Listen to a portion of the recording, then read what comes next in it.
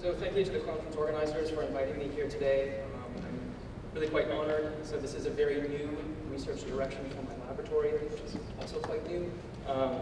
So it's really kind of wonderful to be able to share some of these very new findings, really before I've published in any of these domains. So word's gotten out a little bit, and nice things have happened as a consequence.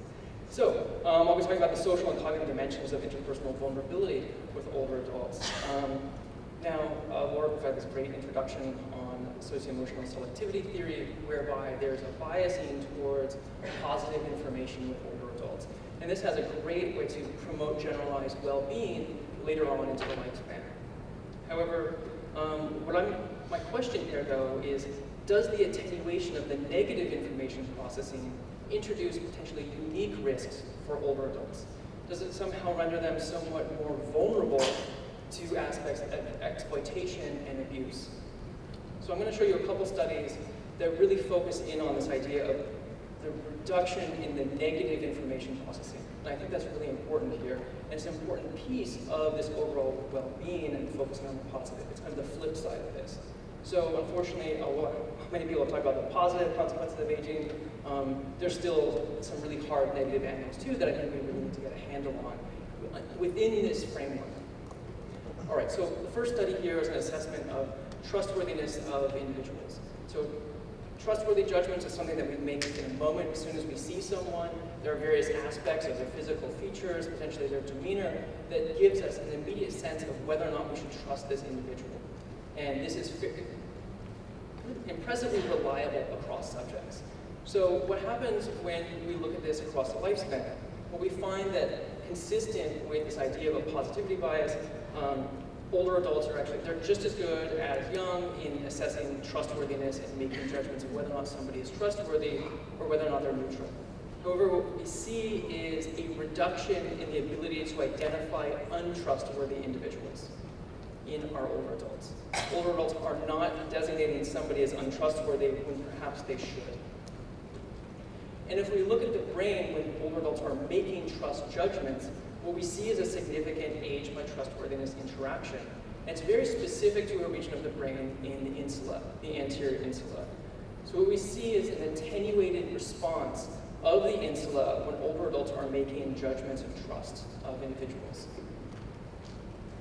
Now, the insula is a really important structure here. It's been recognized for its role in interoceptive awareness, and one of its other functions is to tag emotionally salient information, or salient information from our environment, and as well as to provide that sort of gut feeling. So it integrates environmental salience with a gut feeling, and this can serve to bias our behavior, potentially in adaptive ways, but we see that this is attenuated in older adults. Let's look at this in another context. This is some work done by Greg Larkin, or showed the same study. This is from the review paper in Nature Reviews Neuroscience that summarizes it. And when older adults are engaged in a gambling task, we can look at both brain activations associated with gains as well as losses. Now what we see is if we look in the nucleus accumbens, you see a similar pattern of responsiveness to gains between younger and older adults. So this is a region that's going to be giving our subjects a little tickle of dopamine when they've had a win, it makes them feel good.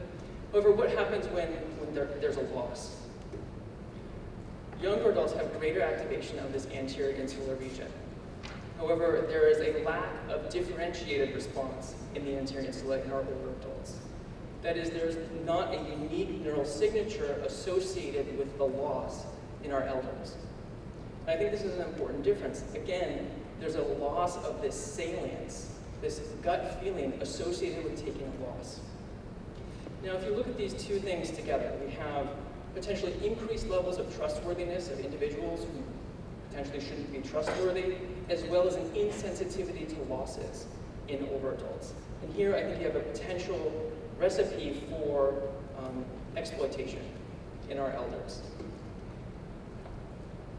However, there's been a lot of work on this. There's the prevailing thought is yes, older adults are more vulnerable to exploitation, but a fairly systematic review of the literature would actually suggest otherwise.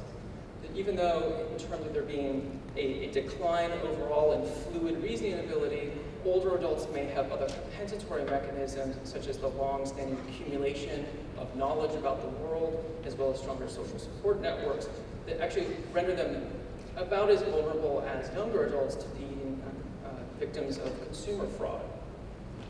However, I would caution in any single effect the interpretation of null results, even if they're systematic. I think it's dangerous to be interpreting as such. And actually, I think this may actually be more reflective of a problem in how we're doing our science and a lack of generalizability of laboratory tasks to the real world. But I think really what the problem is the range of exploitation of older adults, and in particular financial exploitation.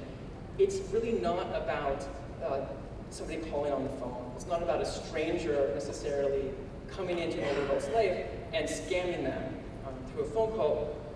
The dominant prevalence of financial exploitation occurs when the person is known, and most often when it's a member of one's own family. So this is cases where you have a grandson who is regularly stealing money out of a grandparent's purse that's left around the house when they're living together. This is a case where you have a son who takes the engagement ring off his own mother's finger and hawks it in order to, under the storyline that he needs to save his business and he needs this money.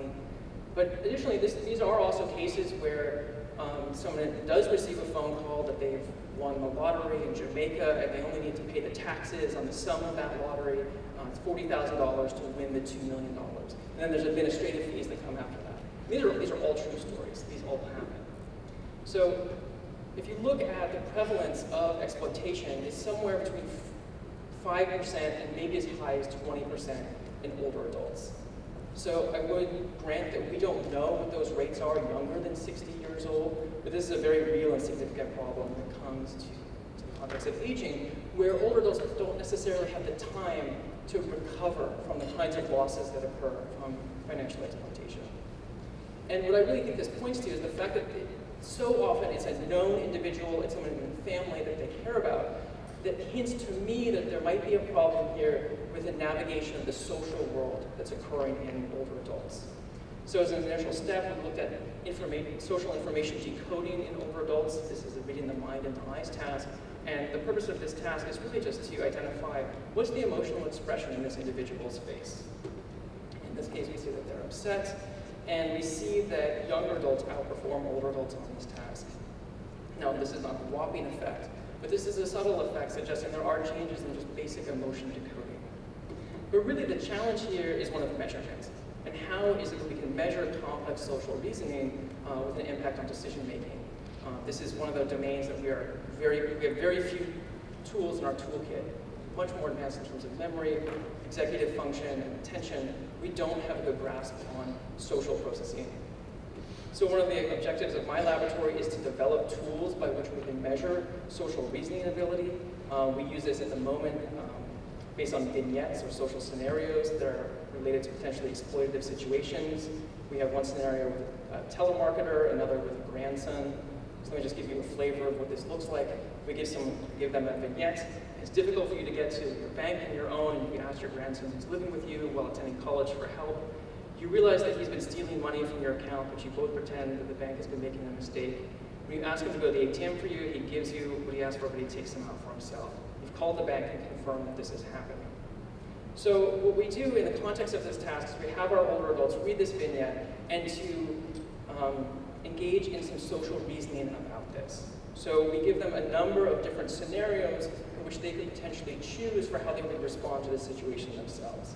And they're asked to understand what the problem is, as well as their options, to appreciate the options, to reason and make comparisons about them, and then to make a choice.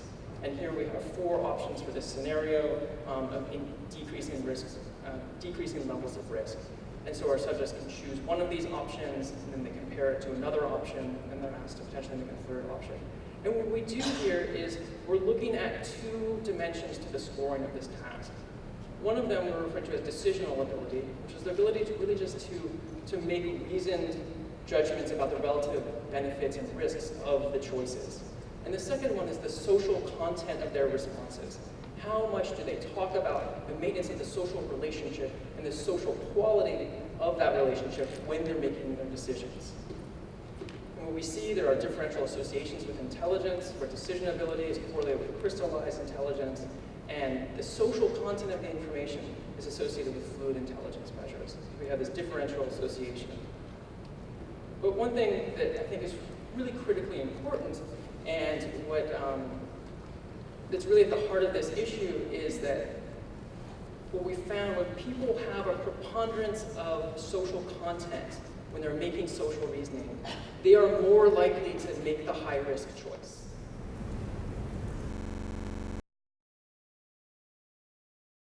What we see is that older adults are valuing their social relations to a greater degree.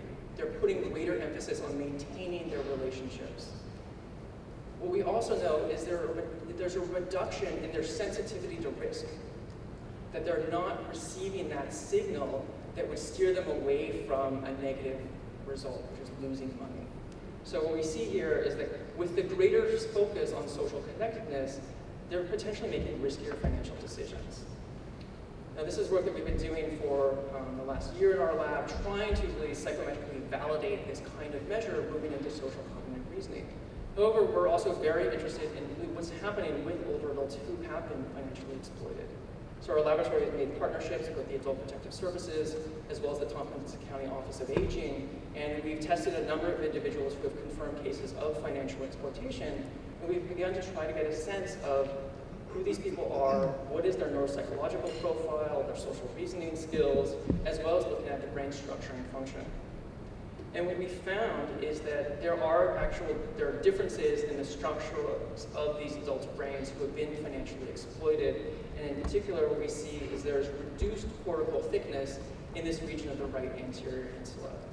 This is the same region that showed reduced responsivity to judgments of trust, that showed reduced selectivity for being responsive to negative emotions. And here we're seeing in these older adults who have been financially exploited, they actually have reduced cortical thickness, which is suggestive of fewer neurons and may be related to normal age-related atrophy.